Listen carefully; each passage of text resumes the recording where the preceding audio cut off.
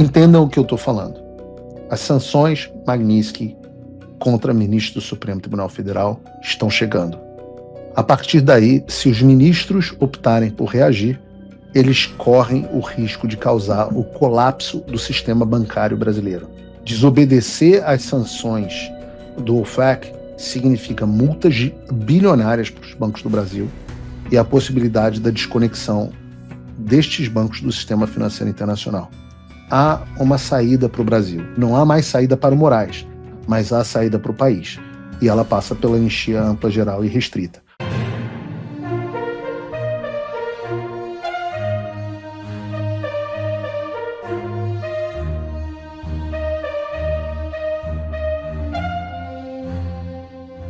E o Departamento dos Estados Unidos divulgou uma recompensa de 25 milhões de dólares por informações que levem à prisão ou condenação de Nicolás Maduro. É isso mesmo. Um cartaz com o valor foi divulgado pela conta oficial da Administração de Recepção às Drogas do país, órgão ligado ao Departamento de Justiça.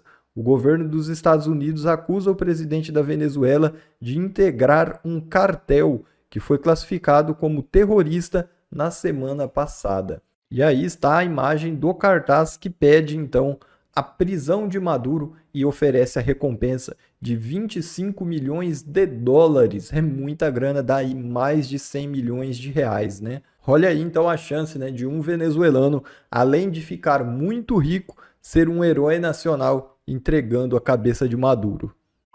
Ministério da Justiça impõe freio ao alcance global de Moraes. É isso mesmo. Em resposta a questionamento do Departamento de Justiça dos Estados Unidos, o Ministério da Justiça corroborou o entendimento da defesa da Rumble de que as ordens secretas de Alexandre de Moraes, enviadas por e-mail à plataforma, estão em desacordo com os tratados de cooperação bilateral.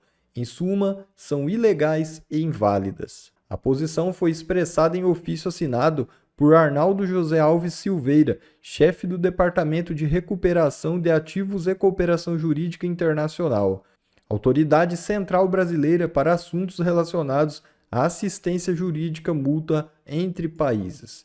Em outras palavras, eles estão aqui basicamente confirmando que o Moraes agiu fora de suas competências. O próprio Ministério da Justiça confirmando para os Estados Unidos, ou seja, a situação do Alexandre piora a cada dia. Nós estamos entrando num momento onde eles estão começando a entender a seriedade da coisa, do que está realmente acontecendo. Porque visto é fichinha, tarifa é fichinha. Eu quero dizer a vocês que o Brasil pode efetivamente quebrar por conta dos ministros do STF. E eu vou explicar como. Porque em relação à lei Magnitsky, por exemplo, eu duvido que os ministros do STF sequer soubessem o que ela significava, quando o Alexandre dizia, não, estou tranquilo, não tenho conta nos Estados Unidos. Eu acho que ele realmente, não acho que fosse só bravata, eu acho que eles realmente não entendiam o que estava vindo na direção deles, o tsunami que eu avisei que vinha.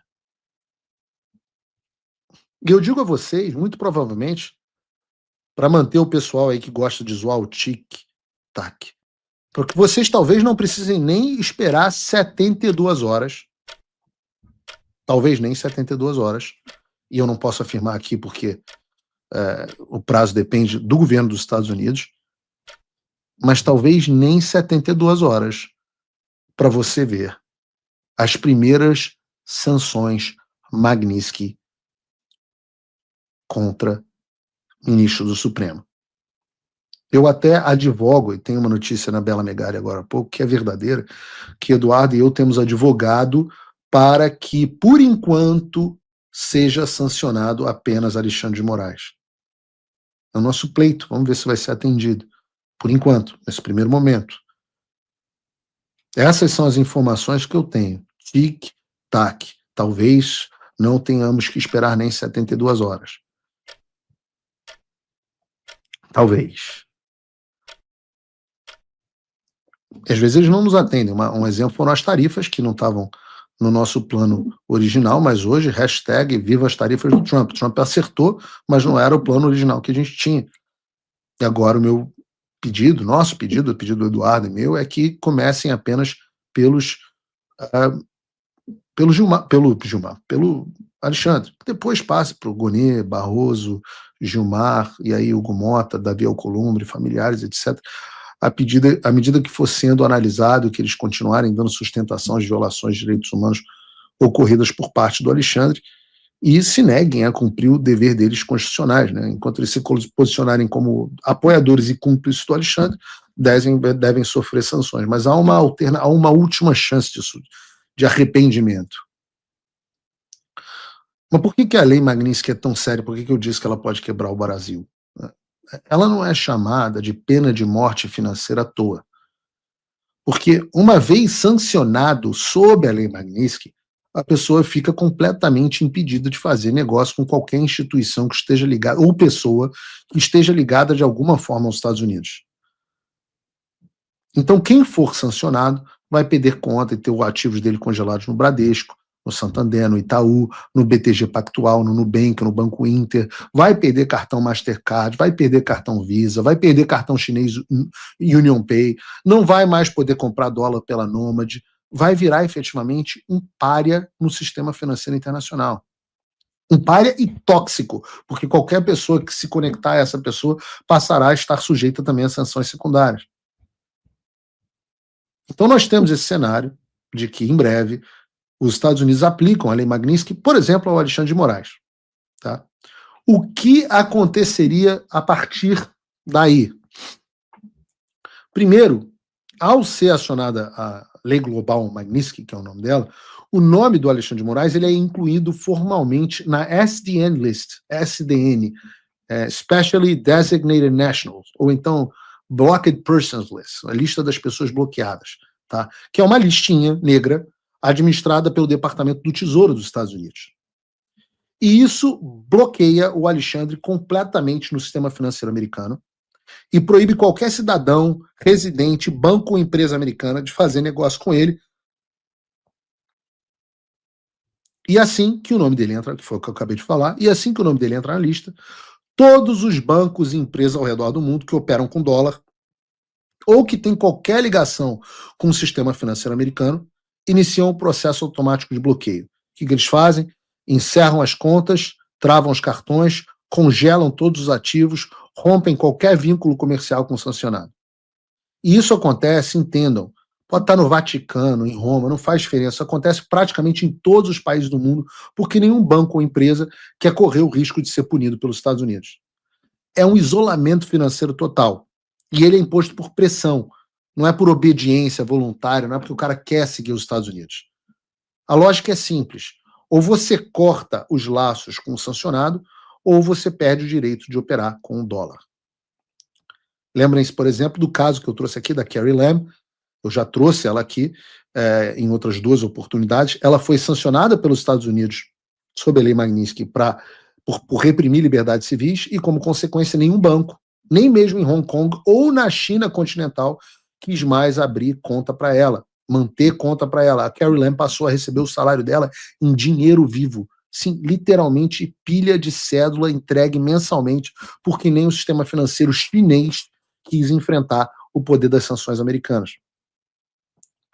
Mas nós sabemos e contamos com a possibilidade de que o pseudo-juiz Alexandre de Moraes seja mais insano do que o Xi Jinping, ainda que bem menos poderoso. Então, e aqui, a partir daqui, é a conjectura que eu faço com os senhores, a gente vai assumir um cenário hipotético em que o STF reaja insanamente e tente blindar o Alexandre, emitindo, por exemplo, uma decisão determinando que os bancos brasileiros não devem cumprir as sanções impostas por um país estrangeiro. Então, o STF diz, não cumpram as sanções no Brasil. O que aconteceria nesse cenário altamente possível? E eu vou dizer para vocês que eu ouvi um zum, que isso estava sendo considerado pelos ministros. Bom, primeiro, a ordem só ia ter peso interno, mas absolutamente nenhum efeito no Brasil. E a consequência, creio eu, seria uma crise econômica de proporções históricas. Deixa eu explicar por quê. Porque nesse cenário, que é plausível, os bancos brasileiros eles vão estar diante de um dilema. Ou obedecem o STF e violam a lei americana do OFAC, ou cumprem as sanções internacionais e enfrentam retaliação do judiciário brasileiro, inclusive prisão dos presidentes do banco. Se eles optarem por cumprir as sanções, como todos os outros bancos e as empresas do mundo fazem, os ministros ficam em uma situação muito delicada financeiramente e é impossível fugir disso. Já falei, não tem cartão de banco, não tem nada, não tem conta, não tem saída. Em contrapartida, de novo, os executivos correm risco de sofrer prisão. Diante disso, supondo que os bancos que operam no Brasil optem por obedecer o STF e mantenham as contas, os cartões e os serviços bancários abertos para o Alexandre, o Departamento do Tesouro dos Estados Unidos começa a monitorar e documentar esse descumprimento. E tenho a certeza absoluta que eu vou acompanhar de perto caso isso ocorra. Então, o Departamento do Tesouro, por meio do OFAC, que é o Office of Foreign Assets Control, emite alertas formais às instituições financeiras envolvidas. Elas são avisadas que, caso continuem facilitando qualquer transação ou mantenham as contas para alguém que está no STN List, elas vão sofrer, sanções. Se os bancos, então, ignoram os alertas, o próximo passo é a aplicação dessas penalidades. E não estamos falando aqui de advertência. Não é uma ai. A gente está falando de multa bilionária e a expulsão do sistema financeiro internacional. E você tem precedente para isso, o Paulo não está inventando. O BNP Paribas, que é o maior banco da França, foi multado em 8,9 bilhões, está aqui a notícia do Departamento do Tesouro, por desrespeitar sanções americanas contra o Irã e o Sudão. 8,9 bilhões. Isso são mais de 50 bilhões de reais. Isso quebra qualquer banco no Brasil. O Standard Chartered do Reino Unido foi multado tranquilo. Foi só 1,1 bilhão. O Commerzbank da Alemanha pagou 1,45 bilhão de dólares. Nenhum desses bancos operava diretamente nos Estados Unidos. Nenhum. Porque o que importa aqui é a conexão com o sistema financeiro internacional. E eu me pergunto, o Itaú vai pagar 50 bi de reais em multa, como aconteceu com o BNP Paribas? Ora, vendo ações do Itaú. Além das multas, que se fosse só a multa estava tranquilo. Além das multas, o Tesouro Americano pede ao sistema SWIFT. Sistema SWIFT é o que conecta os bancos do mundo inteiro para transferência internacional. Ele pede ao SWIFT que desconecte os bancos brasileiros envolvidos. Isso já aconteceu com vários bancos russos, já aconteceu com os bancos iranianos. Tá aqui, ó. Notícia na tela para vocês. E sem o SWIFT, o banco fica isolado. Ele não pode mais receber nem enviar dólar, euro ou qualquer outra moeda estrangeira. E a desconexão, ou até a ameaça da desconexão, traz o famoso pânico bancário. Você tem as linhas de crédito internacionais que são cortadas, os investidores jogando o papel do banco no lixo, o dólar dispara, o comércio exterior acaba, as agências de risco rebaixam a nota do Brasil e as empresas começam a interromper os negócios com o país só por precaução. Isso é o famoso risco sistêmico. E aí não é mais sobre morais. É sobre o funcionamento da economia brasileira como um todo. A simples tentativa de proteger um homem ou meia dúzia de autoridades pode quebrar o Brasil, mergulhando o país numa crise financeira de proporções históricas. E o meu resumo da ópera para você é o seguinte. O Brasil pode... Corta aqui para mim na câmera 2. E tá feito aqui para você o corte pro short, o Bruno. Entendam o que eu estou falando. As sanções Magnitsky contra ministros do Supremo Tribunal Federal estão chegando. A partir daí, se os ministros optarem por reagir, eles correm o risco de causar o colapso do sistema bancário brasileiro. Desobedecer às sanções do OFAC significa multas bilionárias para os bancos do Brasil e a possibilidade da desconexão destes bancos do sistema financeiro internacional. O mercado bancário brasileiro é extremamente concentrado e extremamente interconectado, local e globalmente. Você atinge 2 ou 3 bancos, você gera um efeito em cascata que destrói a economia do Brasil. Estamos falando de dólar em patamares nunca antes vistos no país. Algo que já está ruim pode ficar ainda pior. E o que pode impedir isso de acontecer? Só os ministros do STF. A pergunta que eu faço a você que tem investimento no Brasil, você confia no bom senso de Alexandre de Moraes e dos outros do STF? Vejam, há uma saída para o Brasil. Não há mais saída para o Moraes, mas há saída para o país. E ela passa pela anistia ampla, geral e restrita. Quanto antes as pessoas entenderem isso, que essa é a única saída, esse vai ser o primeiro passo para a solução dessa crise.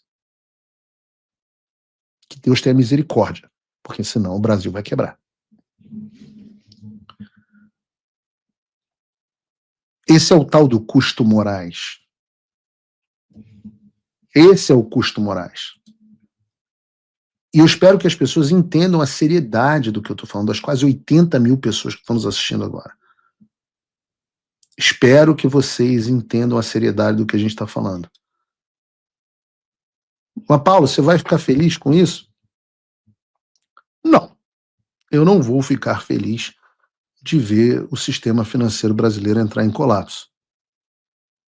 Mas também não vou ficar muito triste de ver o Itaú quebrando. Eu não vou, eu confesso a vocês que, assim, não vai cair aqui uma lagriminha do meu lado. Em todos os cenários, veio até uma pessoa que fez um comentário para mim, falou assim no Twitter do X, falou assim, Paulo, não é verdade, o Haiti, eu acho engraçado que as pessoas realmente argumentam isso, o Haiti não obedeceu às sanções e os bancos não cumpriram. Eu falei, é claro, o sistema bancário do Haiti é absolutamente inexistente. Você tem lá, sei lá, qual é a moeda do Haiti. Eu sei que ela vale tanto quanto o dinheirinho do banco imobiliário que eu jogo com as minhas filhas. Aqui se chama Monopoly. No Brasil se chama Banco Imobiliário. Aquele dinheirinho do Banco Imobiliário e o dinheiro do Haiti valem a mesma coisa. Se você quer que o real se torne uma moedinha do Banco Imobiliário, tá tudo certo. Aí realmente pode adotar a mesma medida do Haiti. A própria Venezuela. A Venezuela sofreu. Muitas vezes as pessoas me pedem para que haja sanções à Globo. Eu falo, ora, no caso da Venezuela, houve sanções à Globo venezuelana e eles continuam operando dentro do sistema financeiro deles, mas a economia do país não existe mais.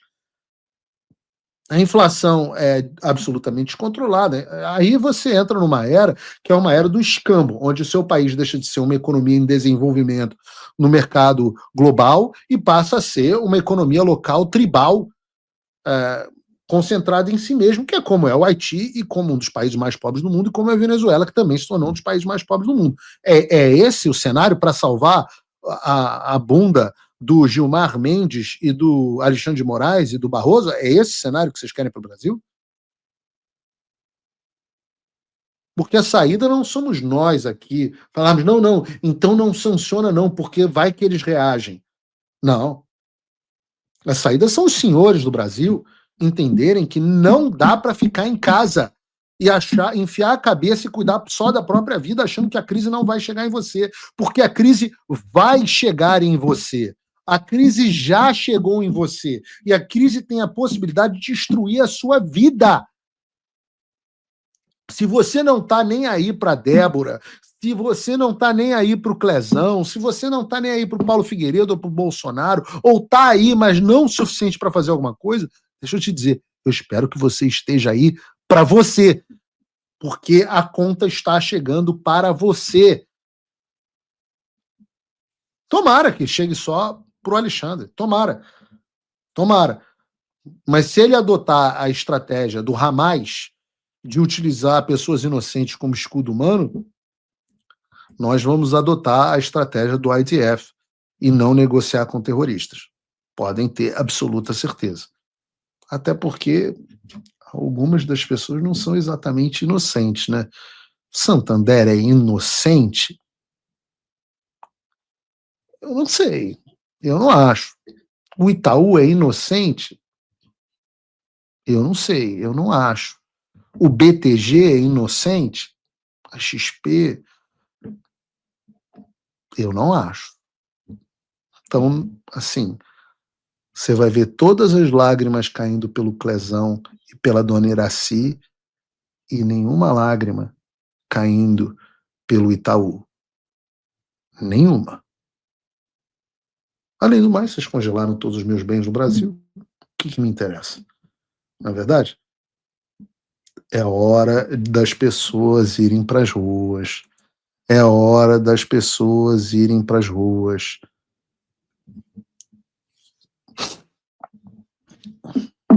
A gente avisa, né? Bom, pessoal, esse foi mais um vídeo. Eu espero que vocês tenham gostado. Se vocês gostaram, deixa o like aqui para fortalecer nosso canal. Logo eu volto trazendo mais informações da política para vocês. Um forte abraço, fiquem todos com Deus e até a próxima.